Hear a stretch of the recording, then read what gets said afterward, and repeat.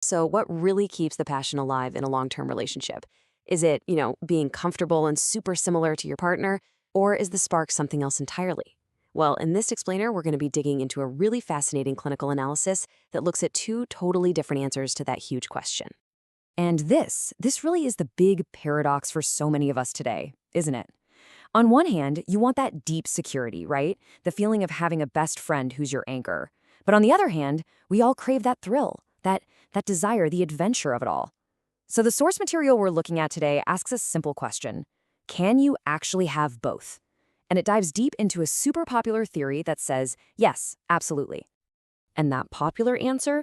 Well, it's often found in a model called radical polarity.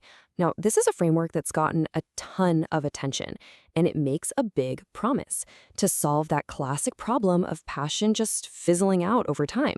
And it does this by focusing on a very specific kind of energetic difference between partners.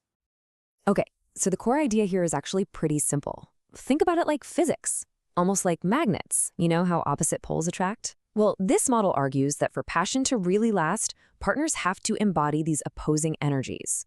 In this way of thinking, being too similar isn't a good thing. Nope, it's actually the enemy of desire. And they have a word for this, depolarization. That's what they say is the thing that turns passionate lovers into, well, just roommates. And when they talk about these energies, they are super specific. It's a really strict binary. So one partner is supposed to embody the masculine energy. Think direction, stability, logic. They're the one who provides the container. Then the other partner embodies the feminine. That's all about connection, emotion, flow. They're the one who fills that container. See how that works? Wow, okay, check out this quote from David Data, who's a major proponent of this model. It really shows you just how prescriptive this whole thing can get. It paints a picture of a really clear hierarchy, doesn't it?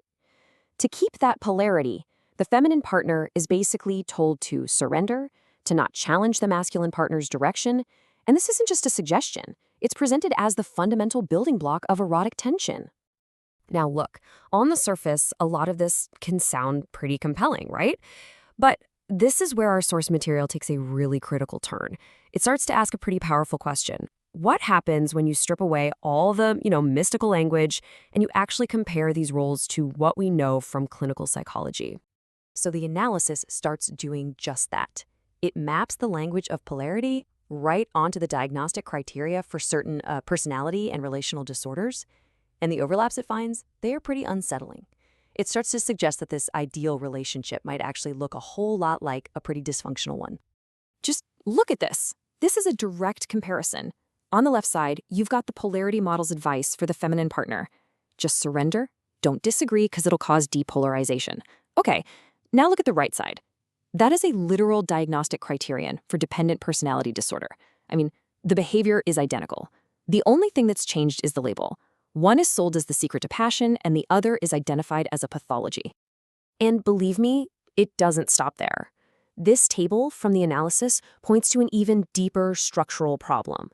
That masculine container role, it looks an awful lot like the giver or caretaker in a codependent relationship. And the emotionally reliant feminine role, well, that mirrors the taker. It goes even further. That masculine leadership role, the one that needs appreciation and can't be told it's wrong, that can create the perfect storm for narcissistic traits to thrive, where the feminine partner's job is basically to be a source of narcissistic supply. Okay, so if this polarity thing has all these problems, then what is the answer? Well, the source material presents a really powerful alternative. And this one is grounded in decades of actual clinical research. It's a model that isn't built on contrast at all, but on connection, on what's called interdependence. So what is interdependence? You can think of it as the healthy sweet spot. It's not that clingy, needy feeling of dependence. And it's not that totally disconnected, I don't need anyone kind of independence either. It's when two whole, self-sufficient adults choose to partner up and rely on each other. The relationship isn't there to complete them. It's there to enhance who they already are. It's a partnership built on genuine desire, not desperation. All right, so this leads to the million-dollar question, right? If the spark doesn't come from all that friction and opposition, then where does it come from in this model? What fuels desire between two whole, secure people? Well, the answer, according to the research, is actually simpler and honestly way more profound. The spark, it comes from the connection itself. And there's this amazing framework from Dr. Sue Johnson's work in emotionally focused therapy. It's called ARE. ARE.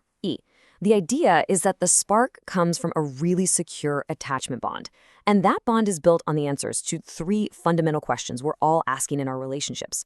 First, accessibility. Can I reach you? When I need you, are you actually there? Second, responsiveness. Can I rely on you? Will you respond to me when I'm vulnerable? And third, engagement. Will you stay close? Do I know deep in my bones that you value this connection? And this isn't just one theory. It's backed up by decades of research from the Gottman Institute. I mean, these guys studied thousands of couples to figure out what really makes love last. And the answer wasn't polarity. You know what it was? Friendship.